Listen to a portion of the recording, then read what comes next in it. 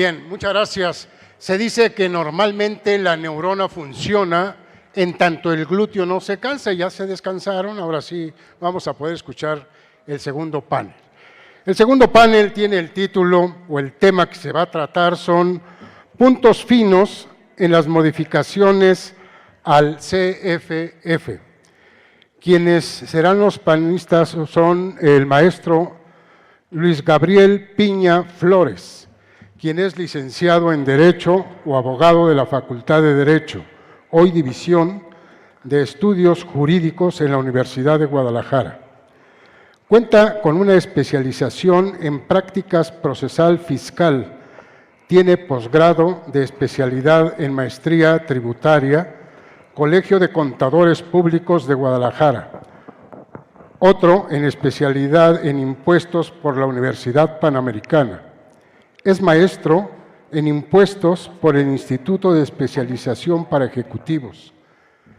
Se encuentra en fase de titulación del doctorado en Ciencias de lo Fiscal por el Instituto de Especialización para Ejecutivos. Fungió como profesor adyacente a la Facultad de Derecho, hoy División de Estudios Jurídicos de la Universidad de Guadalajara, en la maestría de Derecho Procesal Fiscal. Ponente en distintas sedes de estudios y profesionalismo jurídico, como Instituto Mexicano de Análisis Tributario, Colegio de Contadores Públicos de Guadalajara, Barra de Abogados, Capítulo Jalisco, Coparmex y Canaco. Socio fundador de la firma corporativa tributaria Blumen S.C., desde el año del 2008, dedicado al área de litigio en Derecho Público Fiscal, Administrativa, Amparo Urbanístico, Seguridad Social Aduanera y Comercio Exterior, así como asesor corporativo en planeación patrimonial, financiera y fiscal. Socio fundador del Instituto Mexicano de Análisis Tributaria AC, asociación encaminada a la enseñanza en materia tributaria y administrativa desde marzo del 2014. El siguiente participante en este tema es el maestro Gustavo Amezcua. Es abogado por la Universidad de Guadalajara, cuenta con maestría en Derecho Público por la Universidad Panamericana. Además, es doctor en Derecho por la Universidad de San Pablo de Madrid. Tiene un diplomado INOVAD y ADEA en el IPADE y es consejero certificado por el Instituto de Mejores Prácticas Corporativas. Es profesor en la maestría en Derecho de la empresa de la Universidad Panamericana, autor del libro de Derecho Fiscal. Es miembro de la Comisión Fiscal y de dictamen de la Comisión Fiscal Nacional del IPAD y del IMEF y del IMITT, del Ilustre y Nacional Colegio de Abogados de México y de la Barra de Contadores y Abogados. Ha participado como conferencista en diversos foros. Fue abogado del Fisco y secretario de Estudios y Cuenta del Tribunal Fiscal de la Federación, así como socio a cargo del área jurídica del Departamento de Impuestos de la firma KPMG.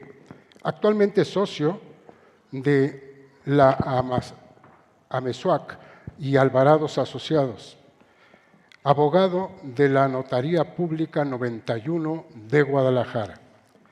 El tercer panelista se trata del doctor Marco Aurelio Núñez Cue, licenciado en Derecho por el ITESO, maestría en el Juicio de Amparo y maestrías en Fiscal por la Universidad del Valle de Atemajac, Campus Guadalajara, doctor en Derecho por el Instituto Internacional del Derecho y del Estado, así como profesor en el posgrado en Derecho Procesal Fiscal de la Universidad Panamericana, Campus Guadalajara, y en la licenciatura en Derecho y de Contaduría Pública de ITESO. Fue secretario de Acuerdos de la Sala Regional del Caribe del Tribunal Federal de Justicia, Fiscal y Administrativa, subdelegado regional del Occidente y director general de coordinación de las delegaciones regionales de la Procuraduría de la Defensa del Contribuyente. Miembro del Sistema Nacional de Investigaciones a nivel C, académico de numerosas academias mexicanas de Derecho Fiscal AC y miembro del número de colegios nacionales de profesores e investigadores en Derecho Fiscal.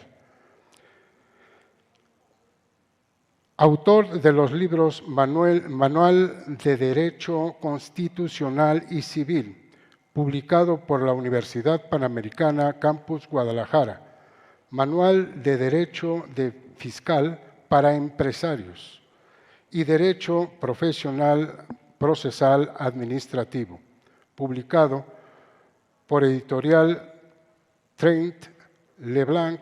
Actualmente es coordinador de la Comisión de Derechos Fiscal de la Barra Mexicana de Colegio de Abogados. Capítulo Jalisco, abogado litigante en materia fiscal, aduanal y seguridad social. Les pido, por favor, un fuerte aplauso para nuestros tres panelistas.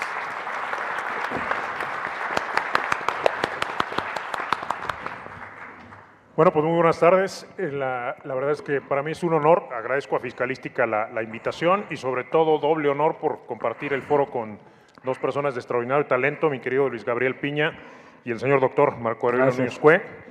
Y bueno, nos toca platicar sobre temas que tienen que ver con un nuevo paradigma que se va a generar a raíz de esta reforma fiscal que entrará en vigor a partir del 1 de enero de 2020.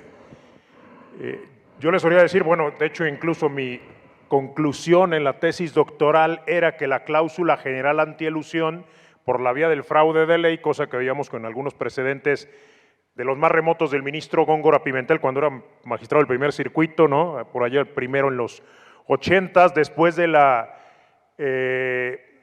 capitana de la ombudsman fiscal, ¿no? de México, Diana Bernal Ladrón de Guevara, cuando era magistrada en una de las salas regionales metropolitanas de la Ciudad de México, en la que decía que también estaba la presencia del fraude de ley como una especie de pauta antielusión, ¿no?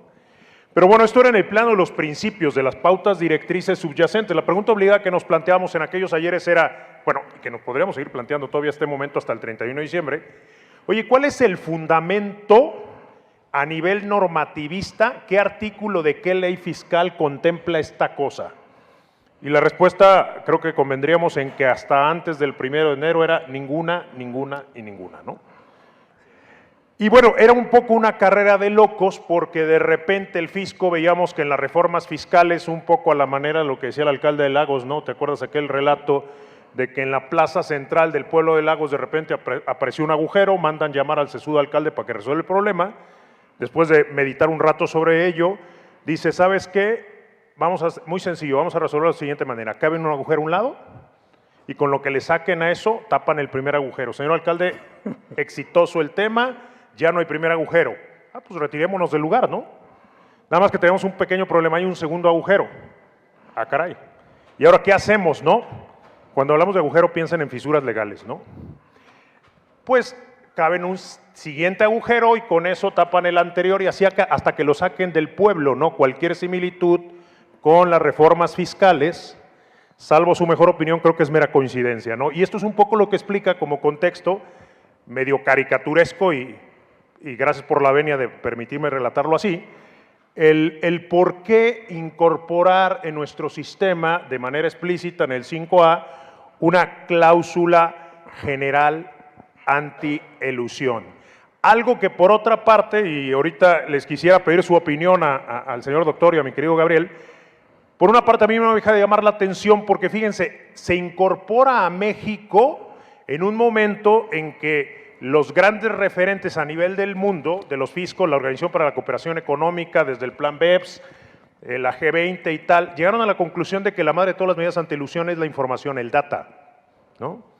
Y tenemos todo ese cuerpo robusto de controles significativos a nivel de tecnologías de información y de comunicación que se están empezando a generalizar en el mundo, ¿no? Entonces la pregunta obligada es, ¿qué opinas, Gabriel? Y después haré lo propio con usted, señora Zubenia, señor doctor, del momento en que se incorpora y el contexto en el que se está incorporando este famoso 5A a nuestro sistema jurídico mexicano ya a nivel de norma de conducta explícita, ¿no? Claro. Hola, buenas tardes. ¿Cómo están? Antes que nada, muchísimas gracias, Adrián, por la invitación. De igual manera, me siento muy honrado de estar aquí con ustedes. Y de manera secundaria, me gustaría platicarles lo que acabo de vivir en el baño. Ahorita que estaba en el baño, un compañero de los que está aquí presente, no voy a decir quién porque no lo alcanzo a distinguir, dijo, yo no vengo a oír más que puras mentiras y saber venderlas. Y sí, desgraciadamente hoy en día probablemente hagamos pura invención de lo que estamos diciendo y no sabemos si verdaderamente lo que va a llegar a suceder es lo que estamos diciendo el día de hoy. Entonces me gustaría retomar un poquito esas palabras porque pues ni siquiera la norma ha entrado en vigor, uno. Dos, una vez entrado en vigor va a haber 1001 situaciones distintas, 1001 situaciones que no podemos todavía vaticinar. Y tres, va a haber que corregir esas disposiciones legales y esos hechos y actos jurídicos que sucedan con base en las mismas. Ahora sí que respondiendo a tu pregunta, me gustaría regresarme un poquito a la original exposición de motivos derivada precisamente de la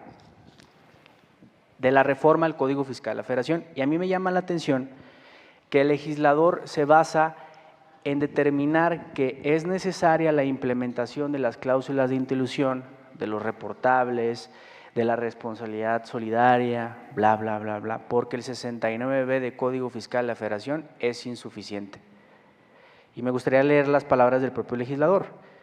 Dice, mediante actos de fiscalización ha podido identificar alguna de estas empresas facturadoras de operaciones inexistentes, entre otros casos a través de un uso de tecnologías con que cuenta el ente tributario, lo que ha sido posible iniciar a través de un procedimiento de presunción del 69B. Sin embargo, ello ha sido insuficiente. A partir de este párrafo es el toral por virtud del cual el SAT, el legislador, empieza a demostrar por qué el 69B a la fecha ha sido insuficiente y por lo que necesita la implementación de nuevas mecánicas y herramientas jurídicas, entre ellas precisamente la cláusula anti-elusión.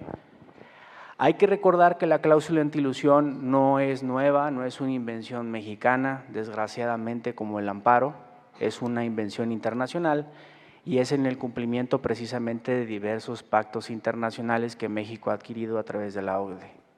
Bien, pero la cláusula anti-elusión pues ya la teníamos en la antigua ley del impuesto a la renta 213, hoy creo que 178 de Refipres, de la recategorización de los actos jurídicos, ya estaba verdaderamente esa cláusula. Y hubo muchas encuestas a manera de discusión legal en los juzgados, en los tribunales, donde uno precisamente enfrentaba al fisco diciéndoles dónde es tu fundamento jurídico a través del cual te permite actuar de la manera en la cual lo estás haciendo. Su respuesta siempre fue artículo 42, primer párrafo. Incluso así fue como empezaron con el rollo de la materialidad, recordemos un poquito. Sin embargo, ese acto jurídico, esa norma jurídica no establece verdaderamente la cláusula antiilusión. Esta cláusula antiilusión creo que venía desde Vicente Fox, Calderón, Peña Nieto y ahora ya implementada con Andrés Manuel López Obrador. Bueno, ya hubo un cambio sustancial en materia tributaria que le debemos a Andrés Manuel, que es la implementación de esta cláusula. La cláusula, más que preocuparnos, yo creo que como abogados, ¿quiénes son abogados aquí? Casi todo el foro. Pues fíjense, está padrísima la cláusula antiilusión, porque la cláusula antiilusión lo que va a generar es un centenar de ilegalidades tremendas por parte del fisco. Creo que esta plática nos puede llegar a servir para desmembrar qué podemos hacer nosotros como abogados cuando nos lleguen a implementar esta cláusula antiilusión. Algo que a mí me llama muchísimo la atención, que me gustaría platicar con ustedes, es precisamente las doctrinas, porque para poder entender esta cláusula antiilusión, esta norma jurídica, es necesario entender las tres doctrinas torales: razón de negocios, sustancia sobre la forma y step transaction. Si entendemos las tres mecánicas a través de las cuales se puede llegar a implementar esta cláusula antiilusión, nos vamos a dar cuenta que la norma jurídica las contempla de una manera muy unas vaga. Más explícitas que otras, ¿no? Exactamente, unas más explícitas que otras, pero a final del día las contempla. Contemplándolas, creo que es importante que nos hablen un poquito de su naturaleza. Y de hecho, si me das permiso de tomarte la palabra, le quisiera preguntar, si me da su venia, doctor, precisamente en este punto que pones en la mesa, Gabo, a ver, la madre de las cláusulas antiilusión, y bien lo dices, es algo tan nuevo como el precedente emblemático Helbert versus Gregory en 1934 de la Corte Suprema Norteamericana, en el cual se sentencia categóricamente: se debe respetar el derecho del contribuyente a elegir el camino o la vía contractual con menos impuestos, lo cual suena muy bien hasta ahí, pero le dicen siempre y cuando y como contrato de Profeco con letra chiquita, no cumplas con 3 tests, los que dice Gabo, ¿no? The Stem Transaction Doctrine, la doctrina de los pasos a la secuencia de la transacción; Substance over Form, sustancia económica sobre la forma o naturaleza jurídica; y Business Purpose Test, que los británicos le llaman Valid Commercial Reason, o razón comercial válida, o razón de negocios, que quizás es el que más está explicitado acá. ¿Qué opina de esta incorporación, señor doctor? Hay que recordar, ya lo mencionó Gabriel, hubo 3 intentos de incluir una norma general antiabuso o antiilusión. Yo prefiero llamarle antiilusión, la mayoría de los fiscalistas le han llamado antiabuso, ¿no?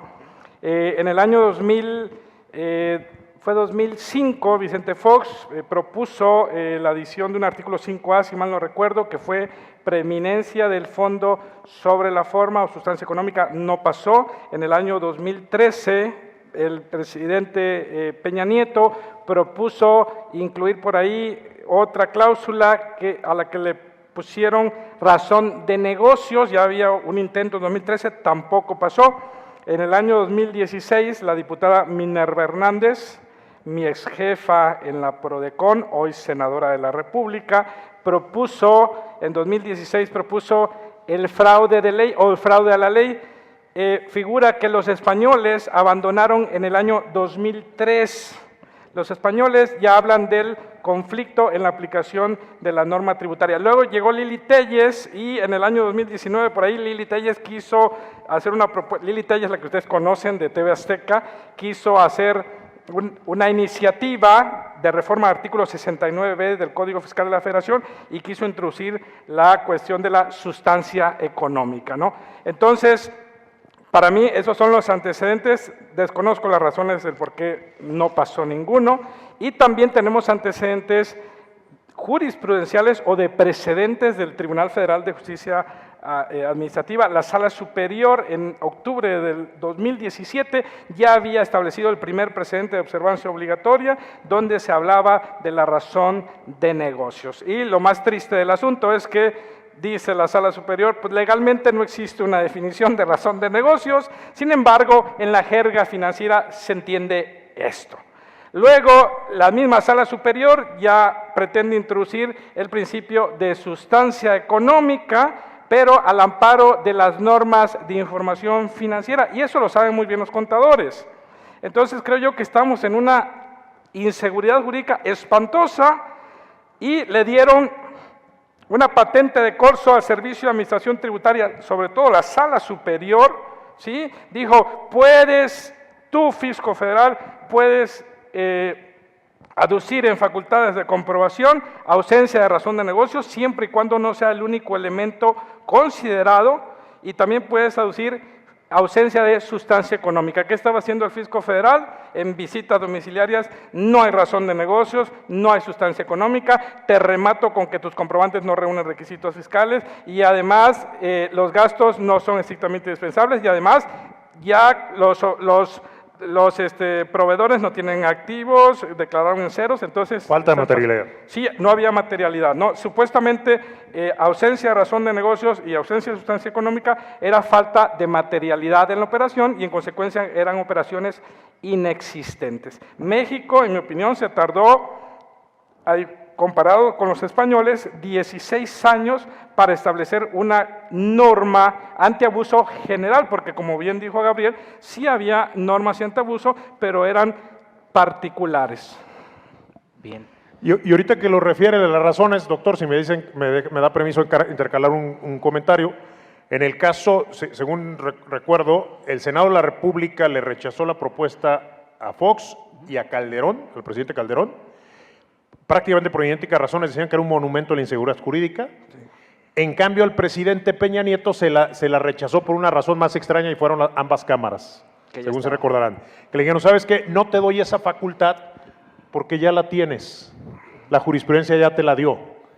Y era algo extrañísimo, es un horizonte de una inseguridad brutal, como bien lo indica usted, doctor. ¿Por qué? Porque fíjate, pregunta obligada, la jurisprudencia ya te la dio. Lo más cercano a una jurisprudencia de la Corte, y que no es jurisprudencia, sino es una tesis aislada, es la emblemática tesis del ministro José Ramón Cosío, en el que habla de una presunción de validez, siempre y cuando los actos del contribuyente se apeguen a una lógica comercial ordinaria o tengan una razón de negocios y que además de presentar una sustancia jurídica tengan una sustancia económica. Gabriel.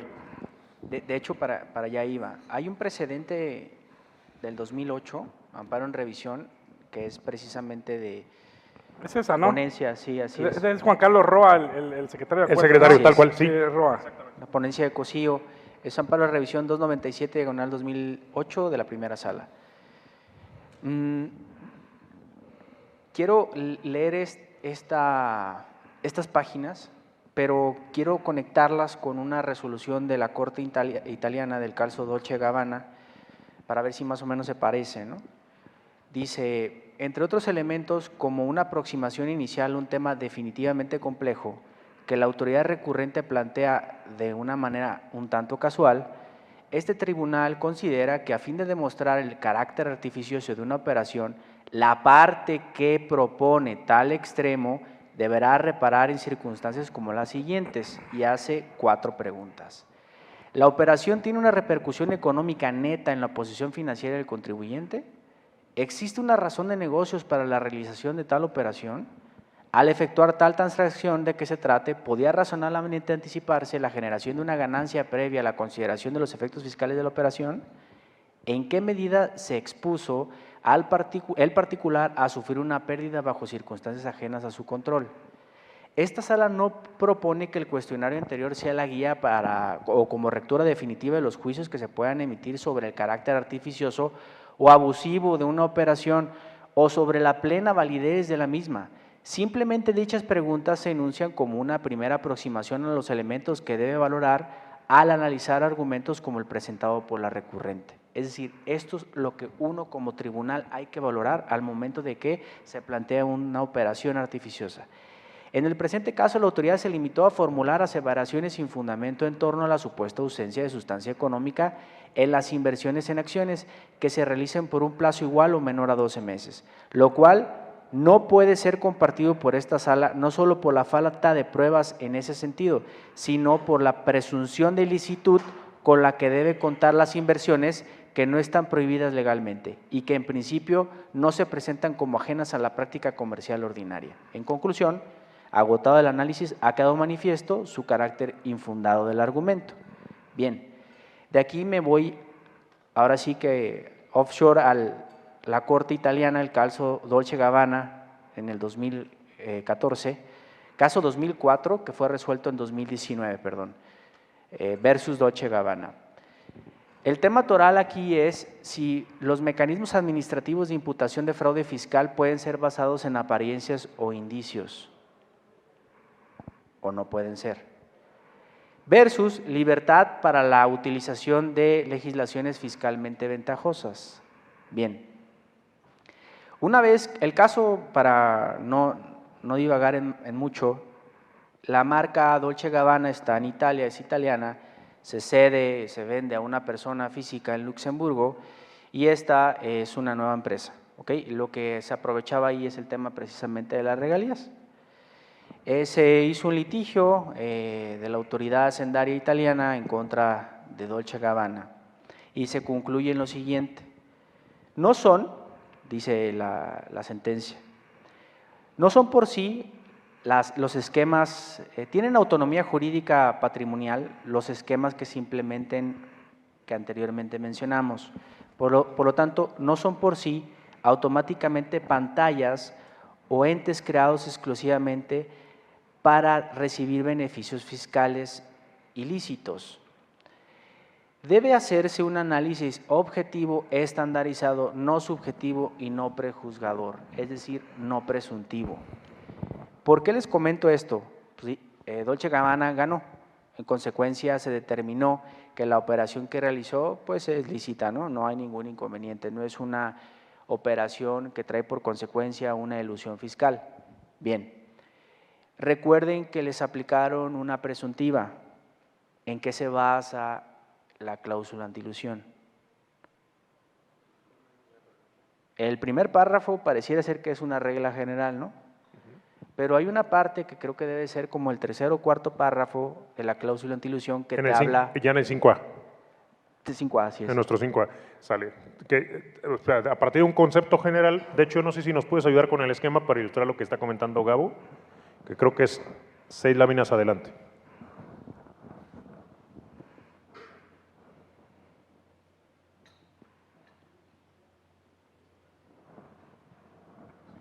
Una más. Otra. A ver, espérame. Aquí está. Que esta es la parte que dices, ¿no? Una presunción general de inexistencia de razón de negocios. Así es. En el dictamen te establece, ya quedó como cuarto, bueno, es el primero, porque el segundo párrafo se elimina, segundo párrafo, tercer párrafo, cuarto párrafo. Te habla, la autoridad fiscal podrá presumir, salvo prueba en contrario, que no existe una razón de negocios y te explica las hipótesis legales. Cuando el beneficio económico cuantificable razonablemente esperado sea menor al beneficio fiscal.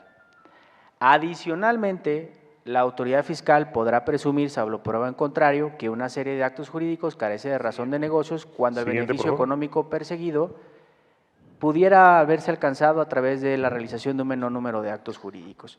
Este párrafo te reúne las tres figuras jurídicas: razón de negocios, sustancia económica sobre la forma y step transaction. A partir del adicionalmente, si se fijan, está la última figura jurídica, pero si se fijan, todas están sustentadas en juris tantum, todas. Bien, si nosotros leemos nuevamente la resolución de la Corte, italiana, pareciera ser que no está inspirada en principios objetivos, sino meramente presuntivos. ¿Ustedes, compañeros, creen que pudiéramos hablar de una eventual inconstitucionalidad del propio numeral 5A del Código Fiscal de la Federación, hablando específicamente del cuarto párrafo?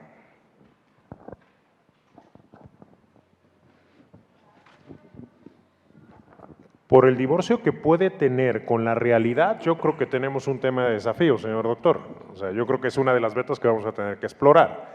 Porque, bueno, tu pregunta, Gabo, nos remite al tema de la construcción de la verdad por parte de la verdad legal, formal o probada en un expediente, por oposición a la verdad real o material o a lo realmente sucedido, y es un planteamiento que ha generado unas enormes discusiones, ¿no? Claro, y aparte, sobre todo tomando en cuenta que el beneficio económico, ¿cómo habla el nuevo Razonablemente esperado, cuantificable. Beneficio económico ¿Nos pones otra vez el esquema, por favor? Razonablemente esperado. Adelantito, que es el cuarto, quinto, sexto párrafo, te define qué se considera ese nuevo concepto jurídico. Que te lo incorporó la Comisión de Hacienda de Cámara de Diputados, porque estás de acuerdo que venía determinado. Incluso en la exposición de motivos, te referían, te justificaban citando los criterios de las Corte sobre conceptos jurídicos indeterminados, ambiguos, imprecisos, que te decían, ¿sabes qué? Son perfectamente válidos, ¿no? En contrasentido a aquel viejo criterio de Sala Superior en la que te decía, conceptos imprecisos no generan vinculatoriedad. La Corte lo superó. Pero hay que tomar el siguiente factor. Yo creo que, bueno, para empezar, antes que nada, obviamente que podemos hablar de un tema de inconstitucionalidad del artículo 5A del Código, pero el ganarlo. Ahora uno checa IUS todos los viernes, padrísimo, a las 11, 12 de la mañana, ya me voy a relajar, voy a ver el material jurisprudencial, tesis aisladas, y pareciera ser que es un cementerio fiscal, negativa de inconstitucionalidad, no es inconstitucional, no es desproporcional, no es inequitativo, no viola la seguridad jurídica. Bien, entonces, muy probablemente si planteamos el concepto de violación, sea infundado, sea inoperante, o bien ganemos en juzgado de distrito, pero atraiga el asunto a la Suprema Corte de Justicia y le dé bandazo, ¿no? Pero con independencia de ello, yo creo que hay un tema muy fuerte de inconstitucionalidad en ese quinto párrafo relacionado con el cuarto párrafo, no solamente por el tema de ser presuntivo, sino porque se basa en información contemporánea, no en información fidedigna, objetiva y razonable, sino en información que sucede actualmente.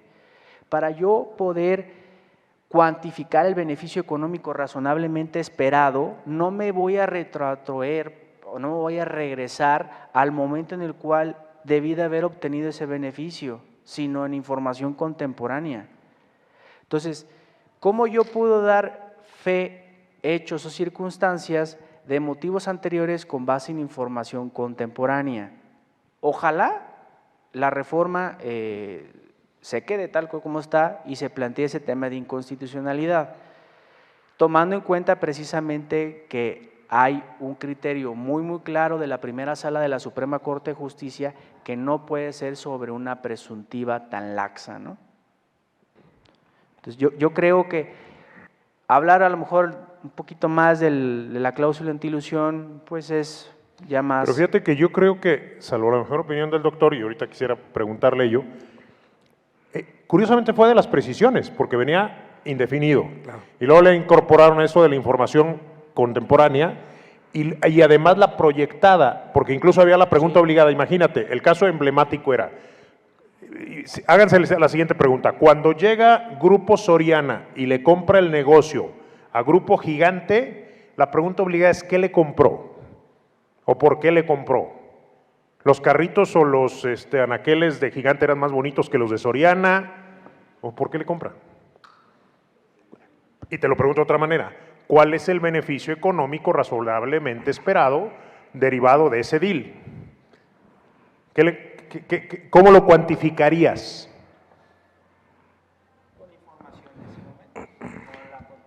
La bronca es de que es un efecto que se va a dar en el tiempo, porque en realidad lo que le está comprando, ¿estás de acuerdo que es cuota de mercado?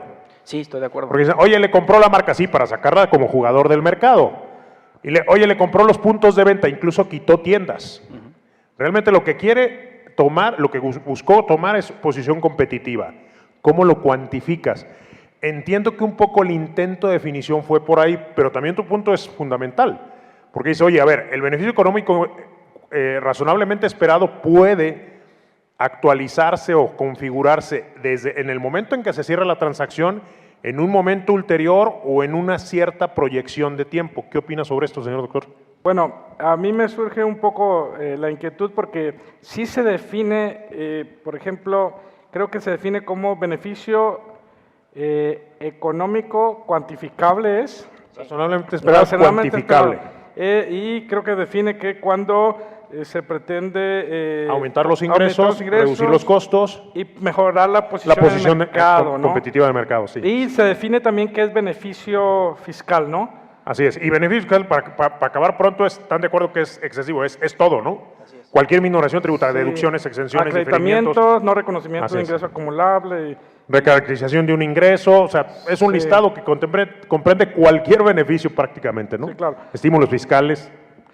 Lo que no me queda claro, la inconstitucionalidad sería por un tema de inseguridad jurídica, ¿o por qué sería, Gabriel? Sí, probablemente una base incierta, futura de realización incierta y un tema de inseguridad jurídica, desde luego. Por la falta de certeza en la base, ¿no? Incluso pudiera haber una razón de desproporcionalidad. Yo creo que es una beta que hay que explorar mucho, porque puede haber más de una pauta ahí, ¿no? Ahora sería, con motivo del primer acto de aplicación, una visita domiciliaria. Y es un tema Ese es otro interesante. tema, la cuestión de posibilidades, si es norma de individualización incondicionada o si presupone el acto de aplicación, ¿no? Desde mi punto de vista, necesita un acto concreto de aplicación. El tema toral va a ser cuando ese acto concreto de aplicación te causa perjuicio, porque si no mal recuerdo, el procedimiento es, yo estoy desahogando una visita, revisión de gabinete, y quiero como autoridad ejercer la cláusula anti-elusión, tengo que ir a preguntarle al comité. El comité. Y el comité tiene 2 meses para resolver. Y si no es negativa la opinión. Y Sí, si no es negativa. negativa. Y ahí hay un tema muy interesante en cuanto a la suspensión del procedimiento, que creo que es importante que abordemos.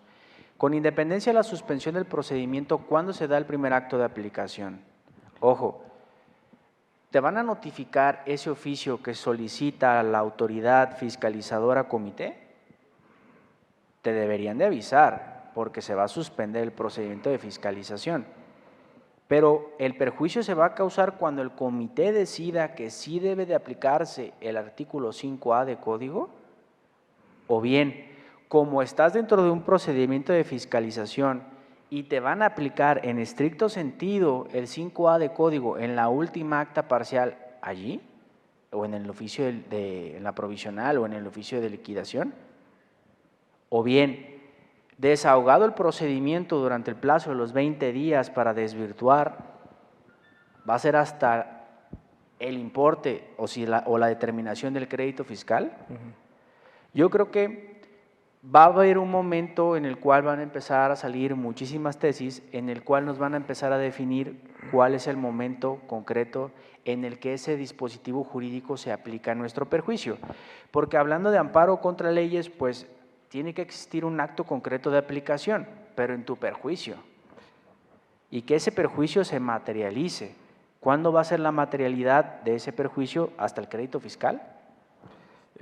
No sé, doctor, ¿tú qué opinas? Yo opino que el acto de aplicación se da cuando te lo dan a conocer en la última acta parcial, en el oficio de observaciones o en la resolución provisional. Porque un perjuicio puede ser suspender el procedimiento de fiscalización, ¿eh?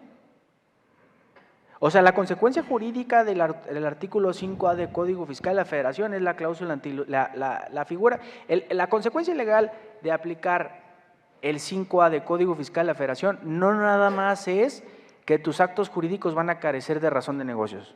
Ese es el toral, el principal. Pero hay consecuencias jurídicas derivadas a través del mismo, que es suspender el procedimiento de fiscalización. Y acuérdense que para que un acto jurídico, entiéndase una ley, te cause un perjuicio, ¿qué tipo de obligaciones se pueden poner? Económicas, de hacer, de no hacer y de tolerar. Yo tengo la obligación de tolerar que la fiscalización dure mientras el comité decida. Digo, está interesante, ¿no? Obviamente a lo mejor nos dan palo sobre C, no pasa nada porque no hay acto concreto de aplicación en tu perjuicio y lo impugnarás en su momento adecuado. Mi opinión es, impúgnenlo en cada momento que crean que es necesario, para que exista una sentencia por parte de un juez y de un tribunal colegiado que te diga no es el primer acto de aplicación en tu perjuicio, espérate a su momento adecuado. Porque ¿sabes qué, Gabriel? Doctor, en el planteamiento que haces, yo veo implícita también otra consideración importante. ¿Cuál es la naturaleza de la norma? Estamos hablando de una norma sustantiva, estamos hablando de una norma adjetiva, o como ya el tribunal salomónicamente en algunas ocasiones, hace algunos ayeres, se aventó unas fórmulas raras que decían, esta norma no es ni sustantiva ni adjetiva, sino sustantivo-adjetiva, ¿no? Así es. Entonces la pregunta obligada, ¿esta de cuáles es? Está planteada, porque fíjate, lo planteas muy bien, inicia como una especie de medio pauta hermenéutica, pero luego avanza y se aterriza como dos procedimientos secuenciados de determinación presuntiva con una presunción genérica y una presunción específica. La presunción genérica referida al tema de razón de negocios, ausencia o carencia de razón de negocios, por contraste con el beneficio fiscal, la obtención de beneficio fiscal, que son los dos elementos, y si no hay razón de negocios, que está colgada del tema de que existe un beneficio económico razonablemente esperado, cuantificable, mayor que el beneficio fiscal, sería la primera presunción genérica que bien apuntabas, y luego la presunción específica referida al número de actos jurídicos, ¿no? El famoso de Step Transaction Doctrine, o la doctrina de los pasos o la secuencia de la transacción. A mí me gusta citar un ejemplo muy ramplón de una planeación fiscal muy sobada, ¿no? Hoy muy superada, pero que todavía se usa de repente, que es el famoso sub y baja, como negocio jurídico indirecto que le saca la vuelta al negocio jurídico directo llamado compraventa de acciones, ¿sí? Cuando tienes unas acciones que vas a vender con una utilidad importante y con un costo muy reducido y que el horizonte te dice que vas a pagar un impuesto sobre la renta significativo, ¿no? Entonces el negocio indirecto es, en lugar de hacerlo con un paso, que es contrato de compraventa de acciones, con un buen pago de impuestos sobre la renta importante, se realizaría esa planeación fiscal añeja, se hacía en dos pasos, que eran un acta de asamblea de aumento de capital con la incorporación de un socio que paga una pequeña aportación de capital, con un cover corporativo enorme, una primota en colocación de acciones, ambas generan cuca, ¿sí? Y el socio que se incorpora, caramba, qué coincidencia, en el otro escenario sería el comprador, y luego, acto seguido, una semana, un mes, 15 días, 3 meses después, ¿no? Según la audacia, venía el reverso, ¿no? Que es el acto 2, el baja, que es un acta de asamblea con decreto de disminución de capital, caramba qué coincidencia, prácticamente por el mismo monto, con salida de socio, que en el otro escenario habría sido el vendedor de las acciones, y que se lleva un reembolso con cargo al saldo de la cuca que se generó con la aportacioncita más la primota en colocación de acciones. Y la pregunta obligada es, oye, ¿se vale? Bueno, el fisco nunca pudo decir que no hasta que lo legisló con una cláusula específica antielusión que fue parte final del antiguo artículo 89 del impuesto a la renta, hoy 78, diciéndote sí, siempre y cuando entre lo primero y lo segundo medien 2 años. Luego surge el fiscalista imaginativo que dice, pero dice a 2 años posteriores. Si lo haces el sube en el desayuno y el baja en la comida, oye, es que es muy pronto, bueno, échatelo en la cena. Sí se vale. La pregunta obligada es, señor doctor, ¿eso es fraude de ley? Y Cabo hace rato decía otra, que era simulación, ¿no? ¿O es libre ejercicio del derecho a elegir la vía contractual con menos impuestos? Economía de opción, ¿no? A mí me surge mucho la duda, en la mayoría de las cláusulas antiabuso lo que se usa es la sustancia económica, no la razón de negocios. ¿Sí? No sé por qué razones el legislador decidió utilizar el principio de razón de negocios en lugar de sustancia económica. Si ustedes observan, la de 2005 fue sustancia económica. Minerva Hernández habló de fraude de ley cuando, insisto, los españoles abandonaron el fraude de ley, por lo menos en materia fiscal, en el año 2003. O le pusieron otro nombre, ¿no? Porque hay algunos que interpretan como que el famoso conflicto en la aplicación de la norma tributaria. Así le pusieron tal cual. Del 15 de la Ley General Tributaria Española, que es su Código Fiscal de la Federación de los Españoles, así es. En realidad es un fraude de ley problematizado, ¿no? Sí, es un fraude de ley, nada más le cambiaron el nombre, ¿no? Entonces, de actos inapropiados, artificiales o impropios. Sí. Entonces sí me surge la duda de por qué razón de negocios en lugar… y me da permiso de anticiparle una opinión que yo tengo, o una perspectiva que me parece por qué pudo haber sido, a reserva de tu opinión, Gabo, en la suya propia. Creo que usted bien lo dijo hace rato. Finalmente, sustancia sobre forma ya lo tienen. Es el postulado básico número 2 de las normas de información financiera. Y usted ya muy bien lo dijo. O sea, hay toda una tendencia en la producción jurisprudencial reciente, tanto del Tribunal Federal como del Poder Judicial de la Federación, en donde han ido validando, juridizando, que yo les digo que a mí me queda el saborcito que es una subversión en el sistema de fuentes del derecho, ¿no?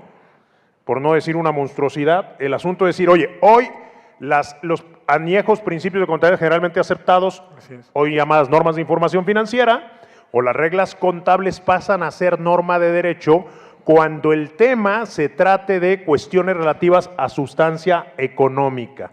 Pero además el postulado de las NIF no dice nada más sustancia económica, substance over form, como era la formulación norteamericana, ¿no? Primero la sustancia y luego la forma, sino incluso es más profunda en su planteamiento, salvo su mejor opinión, dice, es preeminencia del fondo económico sobre la forma e incluso sobre la naturaleza jurídica. Si fuera una derrotabilidad de solo el formalismo, creo que haría más sentido, pero incluso es una vía para la recaracterización.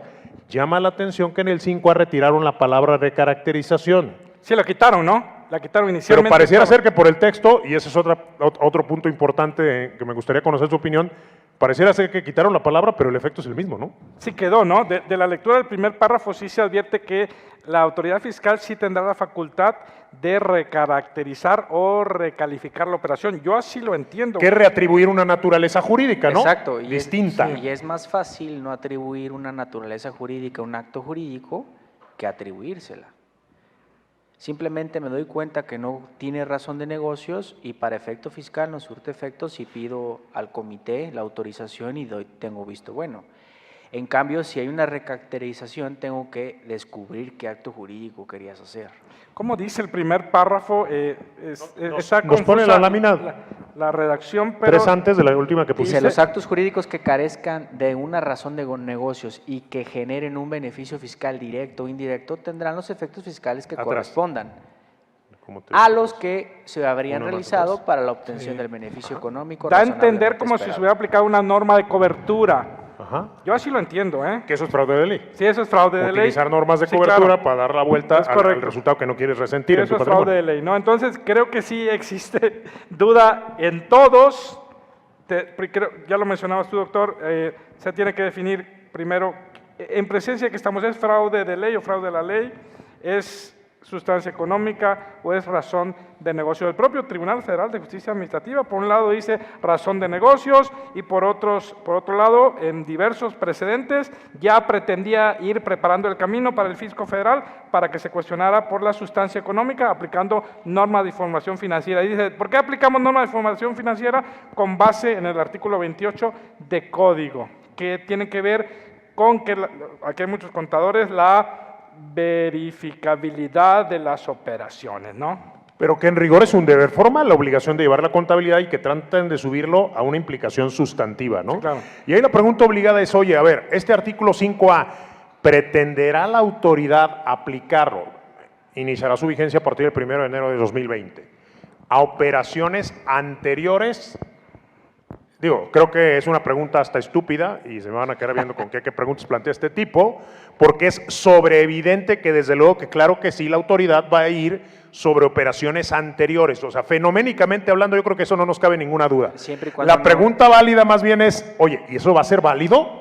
Siempre y cuando no se haya emitido la última acta parcial o el oficio de observaciones o la preliquidación, podrá hacerlo. De hecho, pero va a ser una remasterización de 69B, porque te acuerdas, claro.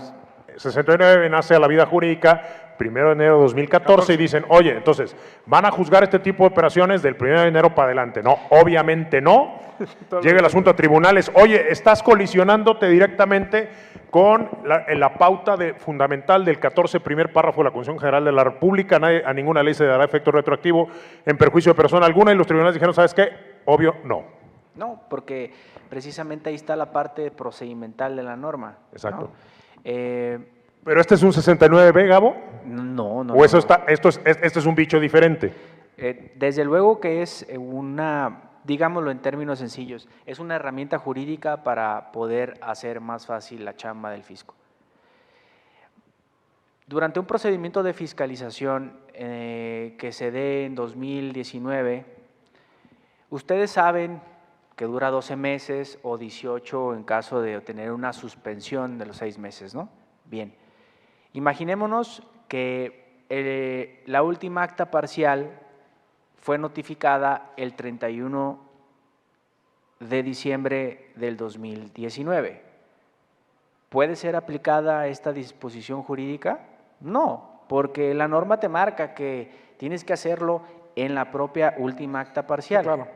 Bien, pero ahí viene lo interesante, es, oye, se me va a quemar la fiscalización. ¿Qué haces? Suspéndela. ¿Cómo? Solicítale al comité la aplicación del 5A de código. Y tienes 2 mesecitos extras, Sí, claro. sin problema alguno. Lo interesante será en ese tema si verdaderamente a nosotros como contribuyentes o como empresas contribuyentes nos tienen que notificar esa solicitud por parte de la fiscalizadora al comité para saber cuándo fue suspendido el procedimiento, porque la ley te marca que se suspende a partir de la petición y cesa la suspensión una vez respondida esa petición o que hayan pasado los 2 meses. Entonces, es una nueva forma legal, absolutamente legal por parte del fisco de aprovecharse de esos 2 meses para que no se quemen las auditorías. 1. 2. Desde mi punto de vista, desde luego que van a poderla aplicar, igualito que pasó en 69B de Código Fiscal de la Federación, a operaciones y ejercicios anteriores al 2020, siempre y cuando no se haya emitido la última acta parcial o el oficio de observaciones. A mí me gustaría comentar, por lo que hace a este órgano colegiado que va a estar integrado por Servicio de Administración Tributaria y Secretaría de Hacienda y Crédito Público, todos sabemos quién faltó ahí, ¿no? Por allá está Mayela, lo tenía que decir, como el pollito se tenía que decir, lo voy a decir. Definitivamente en ese órgano colegiado faltó la presencia de la Procuraduría de la Defensa del Contribuyente.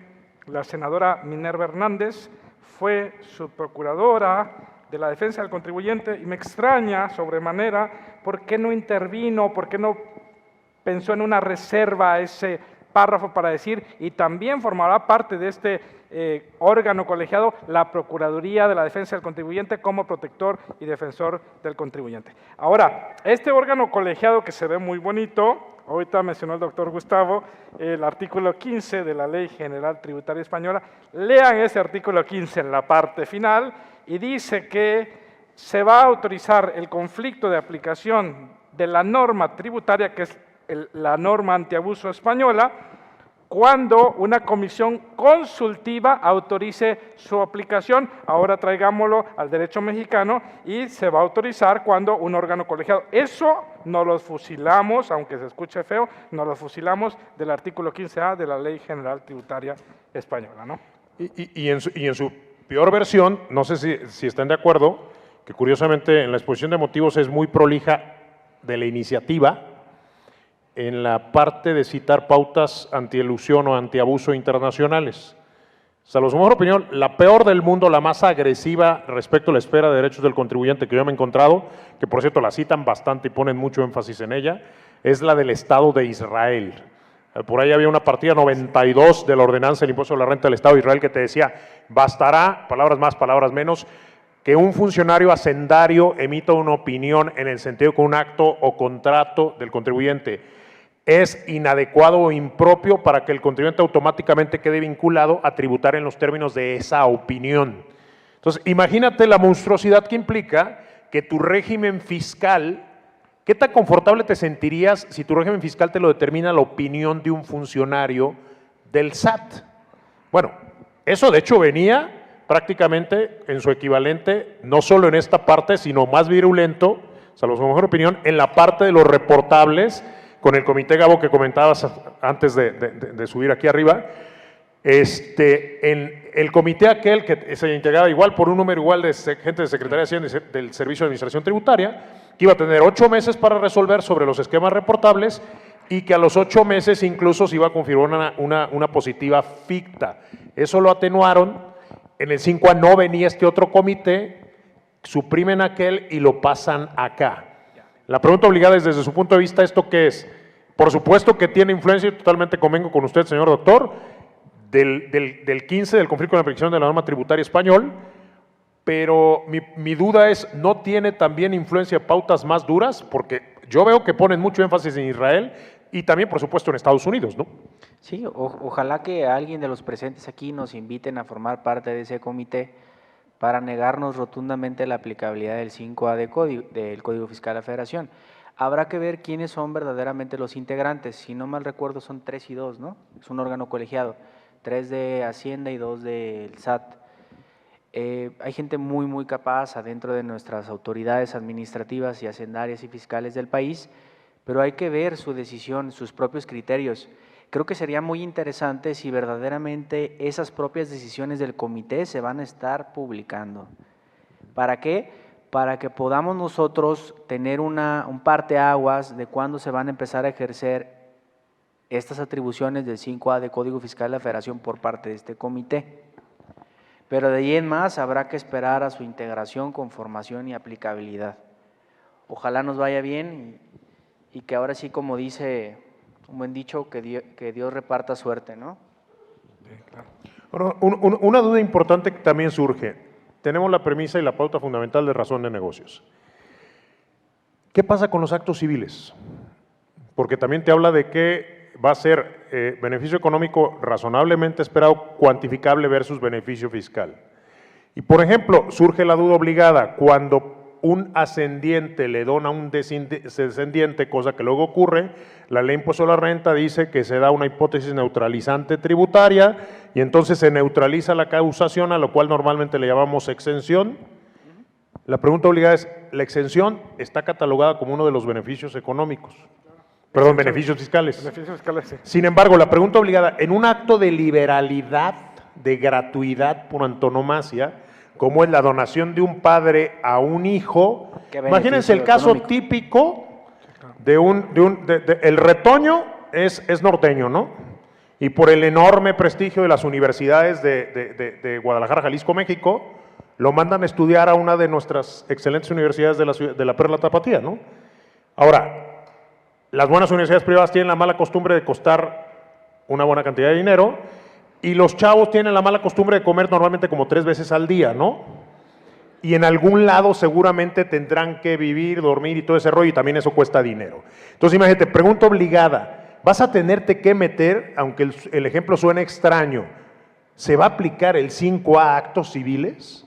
Tendrías que meterte a dilucidar si va a aplicarse esta pauta aquí, porque de entrada, oye, ¿cuál sería? Sí, claro. El beneficio fiscal es la exención.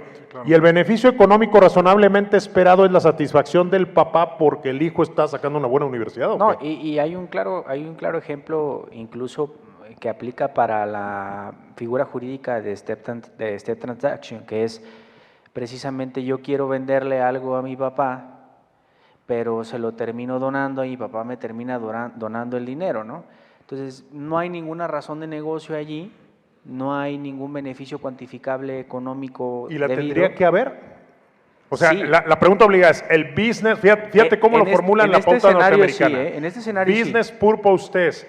O sea, esa pauta que está perfilada para actos comerciales, empresariales, ¿se tendría que referir a actos civiles? En este caso sí, ¿De porque gratuidad? la real intención, que es lo que es precisamente la razón de negocios y la sustancia sobre la forma, es verdaderamente yo vender. Pero para aprovechar los beneficios fiscales, la exención, lo que hice fue donarle la casa y que él me done el dinero. Y caigo en la cláusula específica o la disposición específica de la cláusula anti-ilusión del step transaction, sin lugar a dudas, porque la serie de actos jurídicos que realicé van a desaparecer y se va a categorizar, o digamos, quitamos la palabra categorizar, se va a convertir en verdaderamente en lo que es una mera compraventa. Entonces, no está dirigida la norma a actos jurídicos mercantiles, está dirigida estrictamente a la globalidad de los actos jurídicos que sucedan en los contribuyentes. ¿Qué opina usted, Sí, señor yo doctor? coincido también porque el primer párrafo dice los actos jurídicos que carezcan de razón de negocios, los actos jurídicos, yo creo que todos. Y le deja manga ancha al servicio administrativo. Complejo, ¿no? Porque fíjate, ahora te voy a hacer otra pregunta que, por ejemplo, partió a la Comisión Fiscal Nacional del IMSP, media comisión opinó de una manera y media de otra. La ley de impuesto a la renta te dice que existe un deber de manifestar en la declaración anual los préstamos y donativos superiores a 600,000 pesos. Y te acuerdas que la consecuencia es de que si tú tienes préstamos y donativos, vuelvo al ejemplo de donaciones exentas, ¿no? O de un préstamo que no es un ingreso acumulable, y entonces se te olvidó, cometiste el pecadillo de no ponerlo en la declaración anual. Y como consecuencia de ello, la impuesto a la renta lo que te dice es de que se va a reputar ingreso. ¿Te acuerdas que antiguamente esa disposición decía salvo prueba en contrario? Luego le quitan el salvo prueba en contrario. Y empieza la discusión de si eso se convirtió de ser una presunción juris tantum relativa que admitía prueba en contrario en una presunción absoluta o, incluso peor, en una ficción jurídica.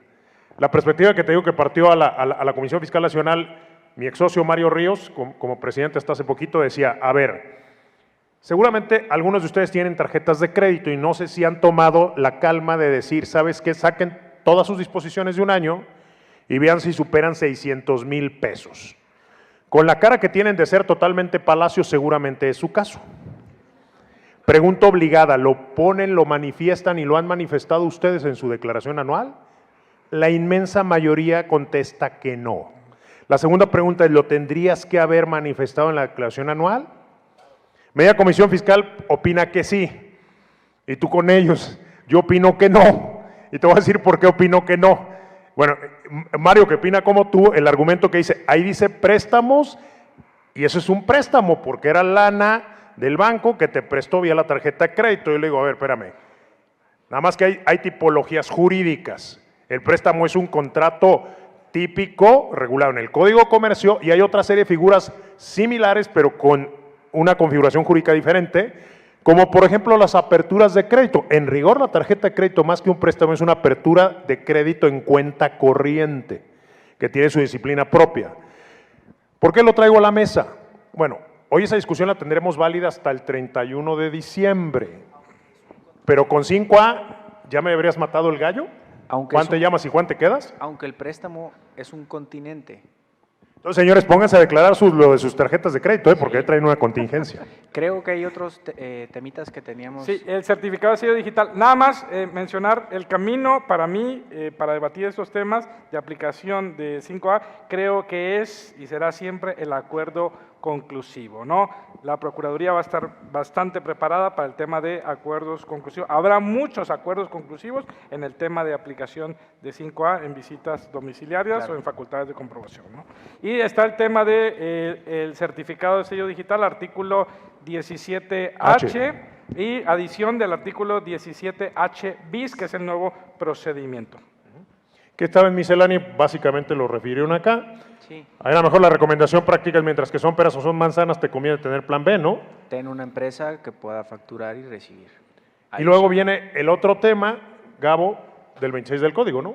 La responsabilidad solidaria que ha generado mucha discusión. A lo mejor en el tema de certificado de su cancelación, creo que es importante tomar en cuenta el factor de la definitividad para la impugnación. Váyanse siempre a la aclaración y después a recurso o a juicio de nulidad. Si no agotan la aclaración, su juicio o recurso va a ser improcedente. ¿Ok? Bien. De responsabilidad solidaria, hay un tema interesante allí. Vuelve como estaba anteriormente, pero se agregan unos incisos, que son 5 o 6 incisos más, si no estoy mal. EFOS, EDOS, omitir retenidas y recaudadas. Sí. Así es. 69B bis, ¿no? O sea, lo de transmisibilidad de pérdidas. Sí, PAE, no localizado en PAE. Sí, los anteriores. Y los que ya estaban, que era no estar dado de alta en RFC, no llevar contabilidad, coltearla, destruirla, o aventarte un cambio de domicilio sin presentar el aviso, ¿no? Los del inciso A, B y C y D, ¿no? Así es. Yo la verdad ahí me restaría decir que desde siempre he pensado que el compañero no se duerma. Desde siempre he pensado que el procedimiento precisamente de responsabilidad solidaria, el fincamiento de responsabilidad solidaria puede llegar a ser inconstitucional a la luz de que hay un artículo que es el 146A, si no mal recuerdo, que es el procedimiento de cancelación de un crédito fiscal. Si ustedes se fijan, para que un crédito fiscal sea cancelado, tiene que ser insolvente el contribuyente o el responsable solidario. Entonces, ¿por qué si hay un procedimiento de cancelación del crédito fiscal, finco una responsabilidad solidaria? Ahí hay una antinomia jurídica provocada por las dos disposiciones legales, tanto por el 26 como el 146-A, que creo que puede llegar a plantearse en un tema de inconstitucionalidad de normas jurídicas e incluso ganarse por un tema de inseguridad jurídica. Hay una jurisprudencia que establece precisamente que cuando dos normas de la misma jerarquía se anteponen y causan un estado de inseguridad jurídica a través de una antinomia jurídica, puedes lograr su inconstitucionalidad. No le veo mayor tema al tema de responsabilidad solidaria, venía muy interesante antes como tal se fue presentado por la Cámara de Diputados, pero ahora con la minuta de senadores vuelve a ser lo mismo, simplemente se adicionan unas disposiciones e incisos y queda el tema de liquidadores y síndicos, ¿no? Que es responsabilidad solidaria directa ahí sí. Sí, a quienes más atacan es a los liquidadores por la cuestión de las empresas que facturan operaciones simuladas, todos lo sabemos, la mayoría de estas empresas las liquidaban, entonces, ¿cómo se zafaban de la responsabilidad solidaria? Presentaban los avisos que establece código y el reglamento, presentado el aviso, en automático yo salgo de la responsabilidad solidaria. Ese parrafito se elimina y también golpean un poquito a los ¿cómo se llaman? Asociantes de AMP, ¿no?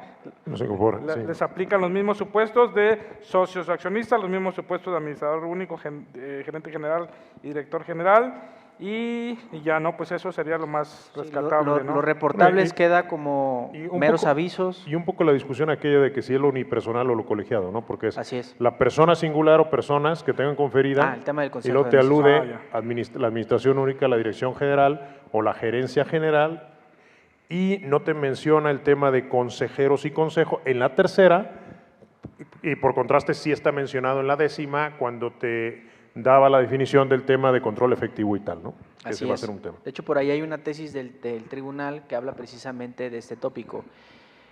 Si al Consejo de Administración le alcanza la responsabilidad solidaria, y se estableció en la tesis que deben ustedes conocer que no, solamente habla de un administrador único o director general. Sin embargo, habrá que tener cuidado porque en la práctica notarial, hay algunos colegas de mi socio que por ahí configuran a la hora de diseñar los temas del órgano representativo al presidente como un verdadero administrador único. Así ¿no? es. Que es aquellas cláusulas que todos conocemos de que el presidente del Consejo de Administración llevará la firma social y tendrá atribuidas todas las facultades sin necesidad de deliberar con el Consejo, actuará como. Bien. ¿No? Y nos vamos al tema de reportables, ¿no? Ya para cerrar, porque de hecho ya tenemos a los siguientes panelistas de lujo, que aquí ya lo estoy viendo, a don Domingo y a don Oscar, pues ya estamos sobre el tiempo de ellos.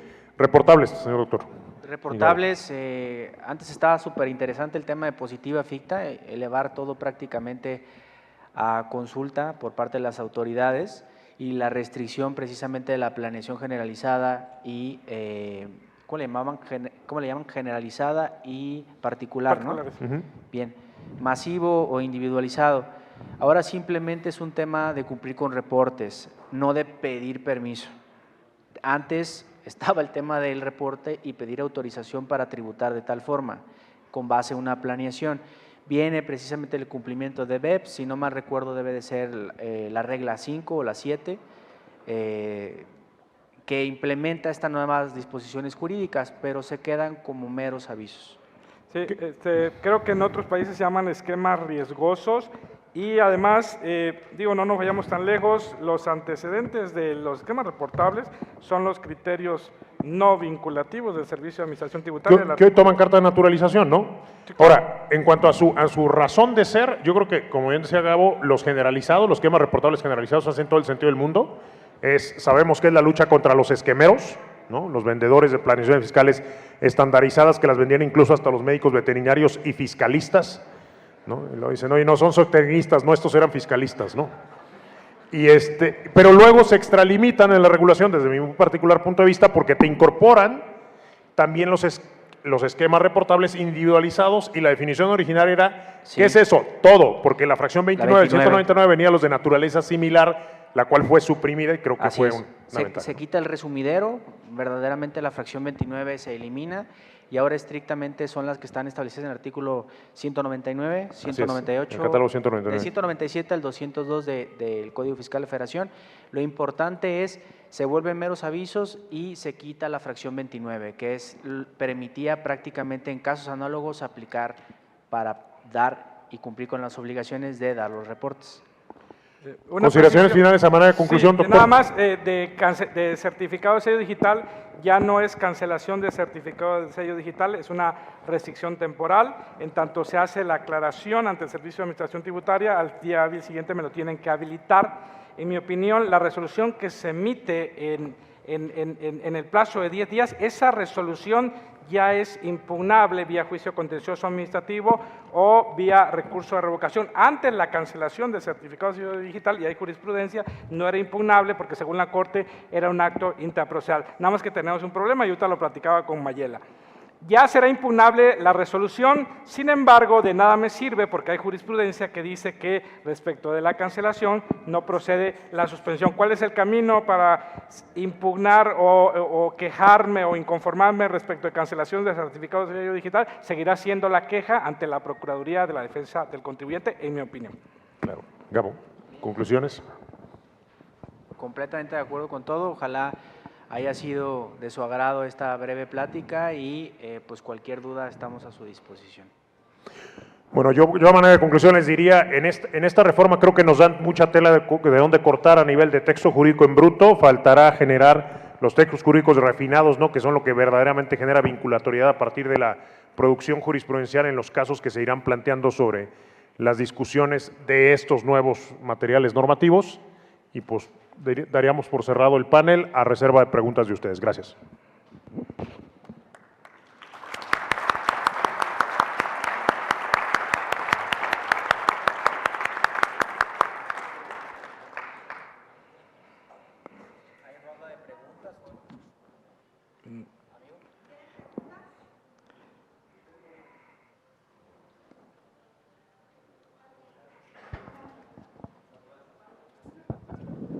Hola, buenas tardes. Mi pregunta va enfocada en cuanto al tema de la responsabilidad solidaria. Ahorita mencionaban que iban a ser responsables solidarios los liquidadores, síndicos, socios, administrador general, director general y gerente general. Pero ¿qué pasa con los gerentes que tienen determinadas funciones otorgadas, como gerentes jurídicos, gerentes administrativos o gerente comercial, el nombre que se le dé, o incluso solamente apoderados para pleitos y cobranzas, administración o de dominio? Los apoderados no aparecen en esa foto, salvo su mejor opinión, en la fracción tercera, a diferencia de la ley de lavado de dinero.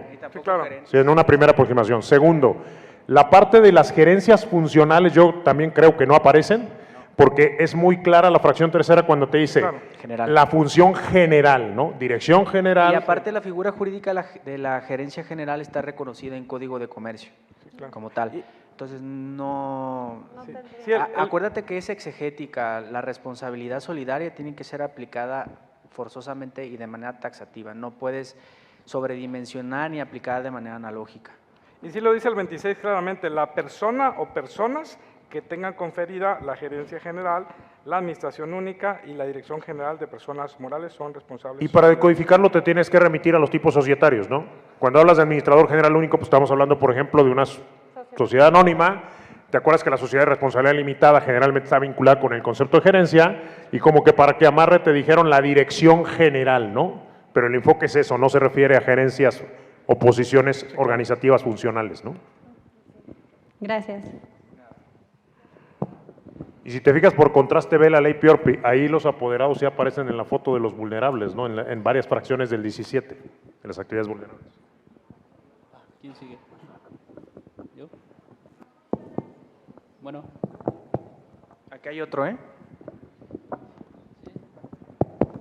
A ver, perdón. Volviendo al tema del artículo famoso 5A a ver qué tantos vicios de constitucionalidad, inconstitucionalidad o ilegalidad tiene.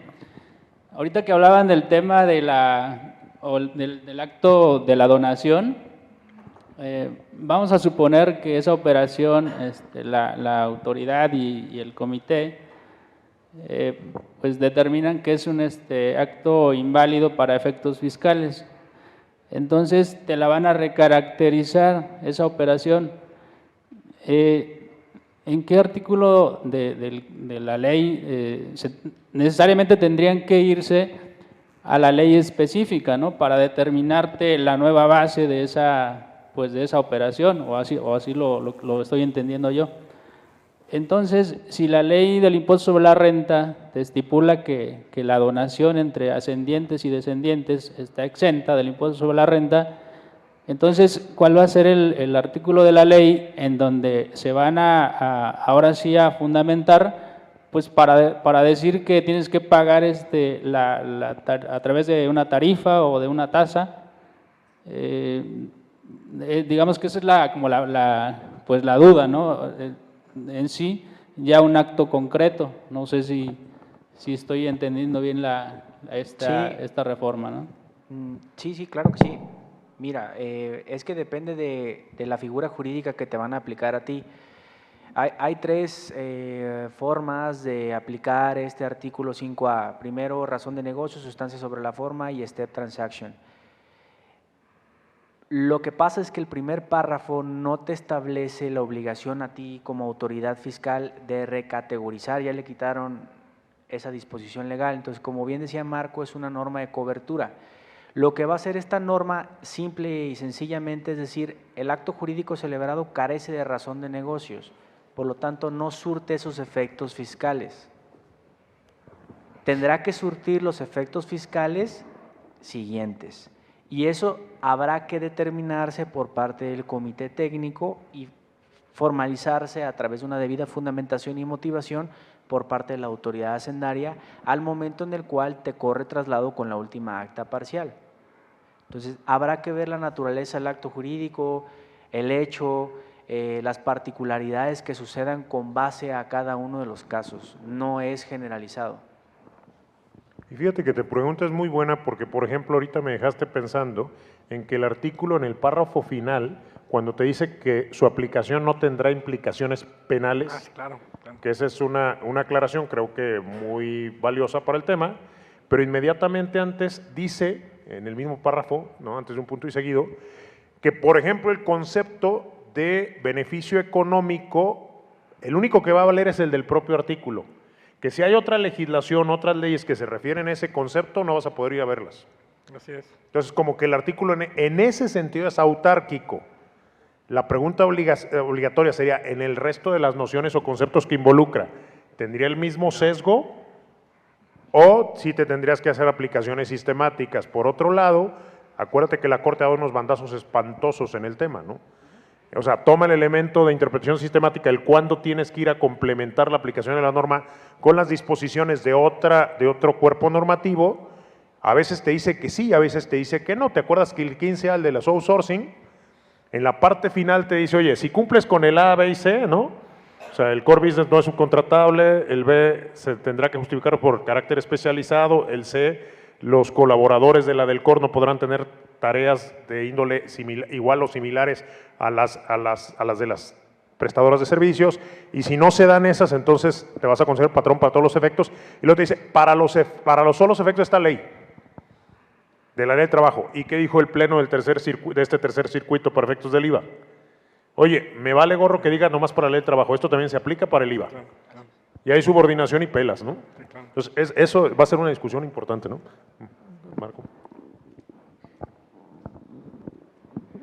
Me gustaría saber su opinión en torno a una contradicción de tesis que se resolvió el pasado 23 de octubre en la segunda sala, en donde parece que prevaleció el imperio del criterio de que la fecha cierta sí es requisito para acreditar la materialidad de las operaciones, cuando en las leyes que rigen el acto jurídico, pues no se impone este requisito que pues, el SAT está poniendo.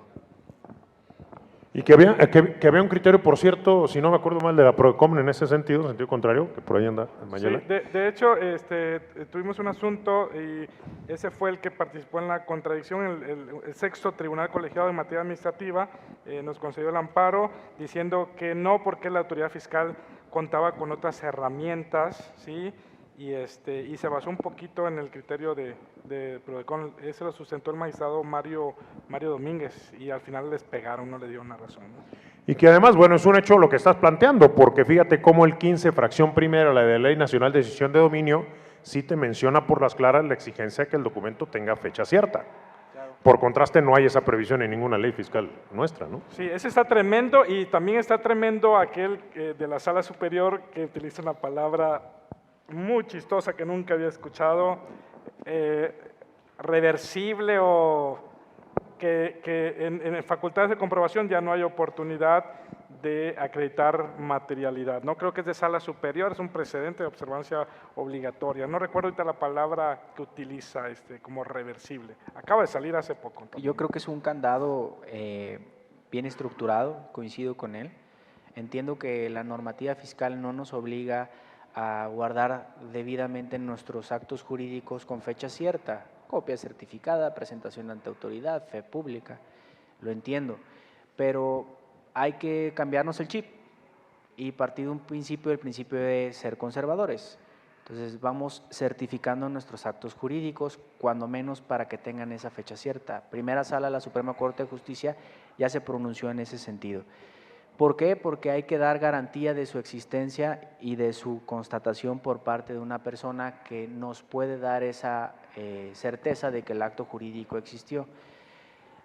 Es una herramienta, es una forma por virtud de la cual la autoridad dice, pues es que no hay una constatación real de que ese acto haya existido, puede ser una mera impresión en este momento. Entonces, como resguardo, la Corte elocuentemente aunque no exista la disposición legal establecida para las disposiciones legales, sí para la valorización de las pruebas. A final del día en el juicio, para valorizar una prueba que sea pública y que tenga carácter de pública, tendrá que tener fecha cierta.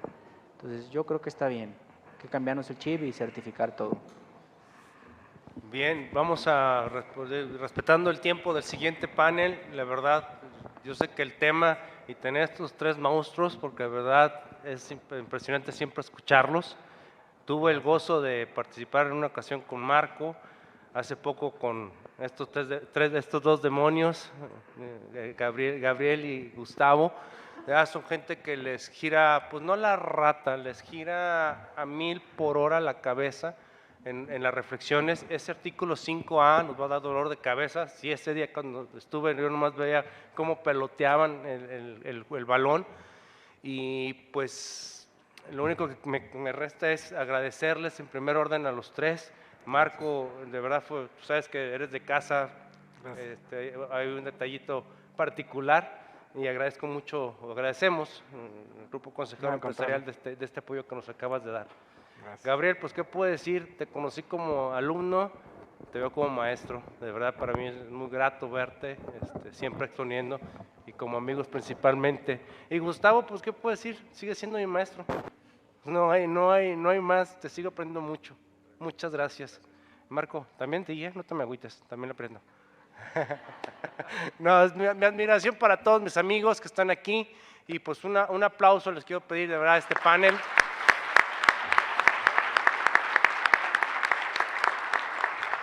Y pues, como es tradición, tenemos la entrega de este pequeño detalle. Es una obra pues, basada en la diosa Nikkei, que lo adoptamos como el ángel de la independencia, gracias a Porfirio Díaz.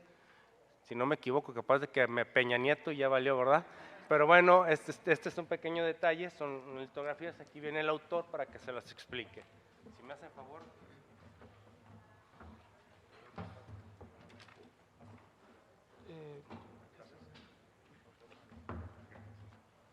Bueno, como ya les expliqué hace rato, no sé, yo creo que ellos no estaban.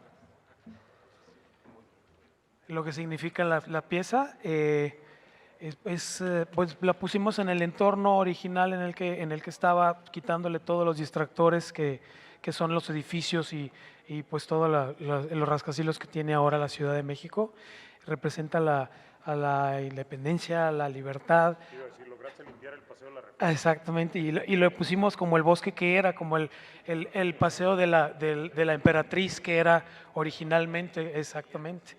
Sí, está la diosa que es la Victoria alada, al mismo nivel del emblema de fiscalística, poniéndolos en el nivel. Además, el hecho de que ahora sea un monumento no solo local, sino nacional, nos da a entender que fiscalística se extiende y crece y se expande a nivel nacional, ya no es nada más aquí en Guadalajara. Entonces eso es lo que significa.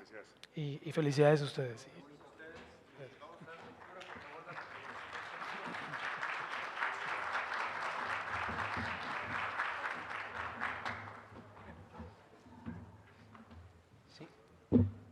La revista Consejero Empresarial otorga el presente reconocimiento al maestro Gustavo Amezcua por su participación como ponente en el Magno Congreso Fiscalística Reforma Fiscal 2020. Muchas felicidades, doctor.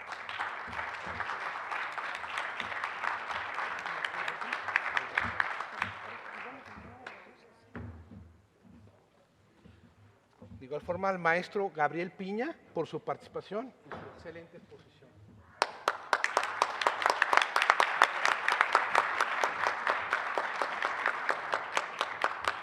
Y de igual forma al doctor Marco Aurelio Núñez Cue por su excelente participación también en Fiscalística.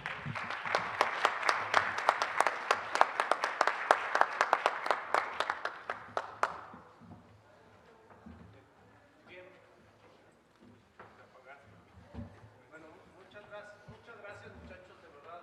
De corazón, de verdad, siempre hay que aprender.